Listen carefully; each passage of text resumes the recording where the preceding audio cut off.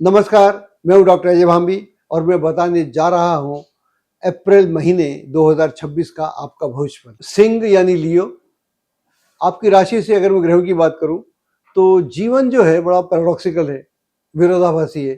और ये विरोधाभास कहाँ से आता है?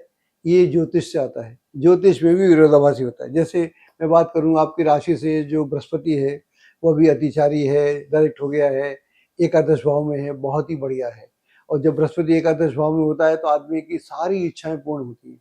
ऐसी कोई इच्छा नहीं रह जाती जो पूर्ण ना हो। ये जनरल शास्त्रों में लिखा हुआ है, वही मैं बता रहा हूँ। लेकिन उसके साथ में एक अंडरलाइन भी किया है, नुक्ता भी है। नुक्ता ये है कि बाकी जो मेजर ग्रह हैं वो खराब नहीं होने चाहिए। अब आप इसमें देखिए, इसमें सबसे पहले क्या हो रहा है कि आपकी राशि से जो सूर्य भगवान है वो 12वां चल रहे हैं, 8वां चल रहे हैं। सूर्य भगवान 8वां चल रहे हैं और 2 अप्रैल को मंगल महाराज भी वहाँ जुड़ जाएंगे। तो मतलब दोनों ग्रह जो एक विपरीत नेचर के हैं, अष्टम ग्रह में आपकी राशि में आ जाएंगे। मंगल तो लंबा चलेगा, लेकिन सूर्य जो है यहाँ पर 15 तारीख को आगे निकल जाएगा। तो कहने का मतलब ये हुआ कि फर्स्ट हाफ में आपको परिणाम जो मिलेंगे उनकी संभावनाएं तो बहुत ज़्यादा बनेंगी, लेकिन उतने परिणाम आपको नहीं मिलेंगे। तो आपको क्या करना पड़ेगा? आपको ध्यान रखना पड़ेगा, आप जो भी योजना पे काम करें उस पे काम करें, काम करना चाहिए। प्लानिंग आपकी लंबी होना चाहिए, इसमें कोई निसंदेह बात है, इसमें कोई दो राय नहीं है। लेकिन जो भी आप करें उसमें आपको ये ध्यान अवश्य रखना पड़ेगा कि इसमें लेकुना कौन से आ सकते हैं, इसमें दिक्कत कौन सी। कहीं ना कहीं आप देखेंगे कि सारी चीज़ें ठीक हो गई, लेकिन एक आदमी जिसकी आवश्यकता थी, महत्वपूर्ण आदमी था, वो कहीं चला गया। ये ऐसा कोई महत्वपूर्ण कार्य जो चाहिए था हमको बन जाता, तो फिर हमारी पूरे कागज पूरे हो जाते, तो वो नहीं होंगे। इस तरह का संकट अवश्य देखने को मिलेगा, और ये भी पहले 15 दिन में। उस स्थिति को अगर हम पहले से ध्यान में लेके चलेंगे तो हमारे लिए आसान हो जाएगा। तो ज्योतिष का जो लाभ है वो लाभ ये है कि एक तो ये आपके मानसिक संतुलन को बिगड़ने नहीं देता। जैसे मैंने बोला, मेरी राशि में सिंह है, मान लीजिए सिंह क्या है ही मेरे से, तो मैं भी आपको बताते हुए सोच रहा हूँ कि हो सकता है इन 15 दिनों में मेरे कार्य ना बने, तो मुझे क्या करना चाहिए।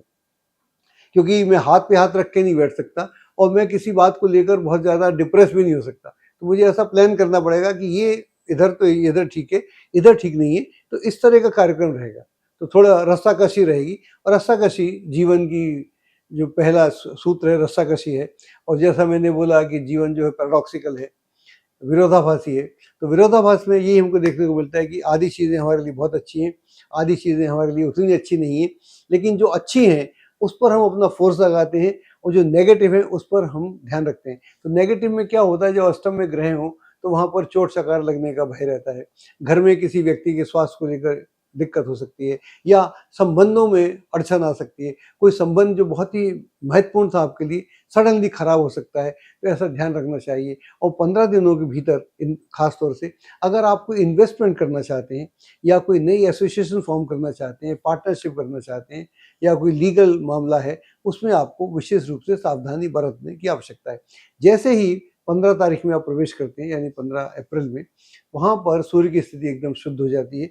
सूर्य शुद्ध हो गया, बाकी बृहस्पति आपका शुद्ध है ही। तो फिर ये जो महीना है आपके लिए काफ़ी सहायक हो जाता है।